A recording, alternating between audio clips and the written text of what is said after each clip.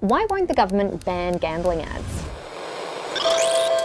There it is! Cash out with Sportsbet. Easier betting. Bet365. Up for the challenge. Gamble responsibly. Australians lose $32 billion a year to gambling, the highest per capita on the planet. If America's blind spot is guns, Australia's blind spot is gambling. Now, half of that comes from pokies, let's be super clear. But the second biggest culprit is sports betting. And unlike the pokies, the ads follow you everywhere.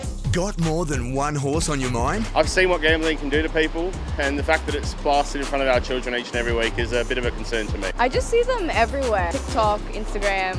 It's not because Australians love a punt more than others, it's because we have some of the weakest regulations.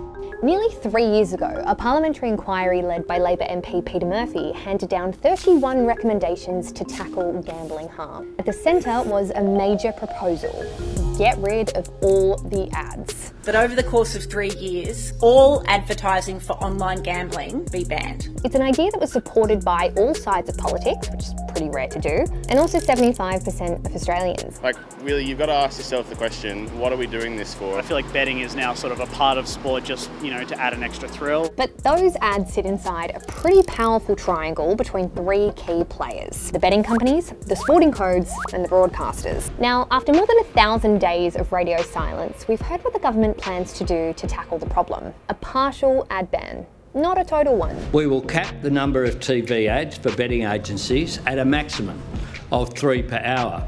I think these reforms are a kick in the guts. Why do you keep putting vested interests, multinational companies, ahead of the interests of the Australian people? The announcement was dropped during budget lockup, which also drew some criticism. This is extremely disappointing. They're trying to bury this bad news during the budget lockup. Trying to avoid public scrutiny. The government says We are getting the balance right, letting adults have a punt, but making sure that our children don't see betting ads everywhere they look. the gambling companies say these changes go too far. These are major, costly reforms that require significant operational changes. But if the idea of a full ad ban is so popular, particularly among the pollies and the public, what's stopping the government from going all in? It's rare that you find a politician who wants to pick a fight with the AFL or the NRL, and it's even rarer that you find a politician who wants to pick a fight with a big broadcaster.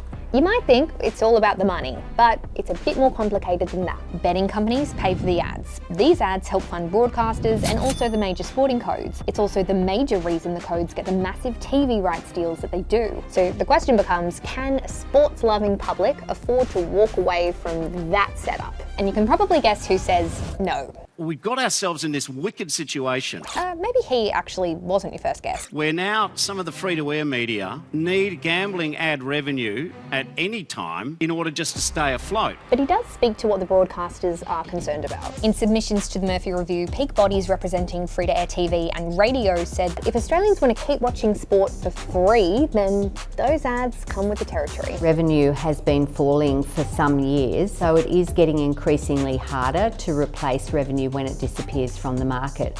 Others say, based on their own estimates, free-to-air TV would survive just fine without gambling ads. It's not an existential crisis by any means. The icing on top of the cake rather than the cake itself, which will be threatened by a total ban. So you think that they'll be fine, in other words? I don't think there'll be any doubt that they'll survive happily. Critics say that we've heard these arguments before. In the 90s, Australia phased out tobacco advertising in sport, including major sponsorships in cricket and F1. Could be fast foods next, it could be alcohol straight after it. Lo and behold, sport survived without cigarette ads, and advocates say sport would survive without gambling ads as well. There are so many forces at play. The AFL and the NRL, free-to-air TV, the gambling industry, they have deep pockets, they are good lobbyists, they donate politically. The horse has already bolted, and I think we really need to take quite serious measures, not partial bans. We need to think seriously about how we're going to address this problem.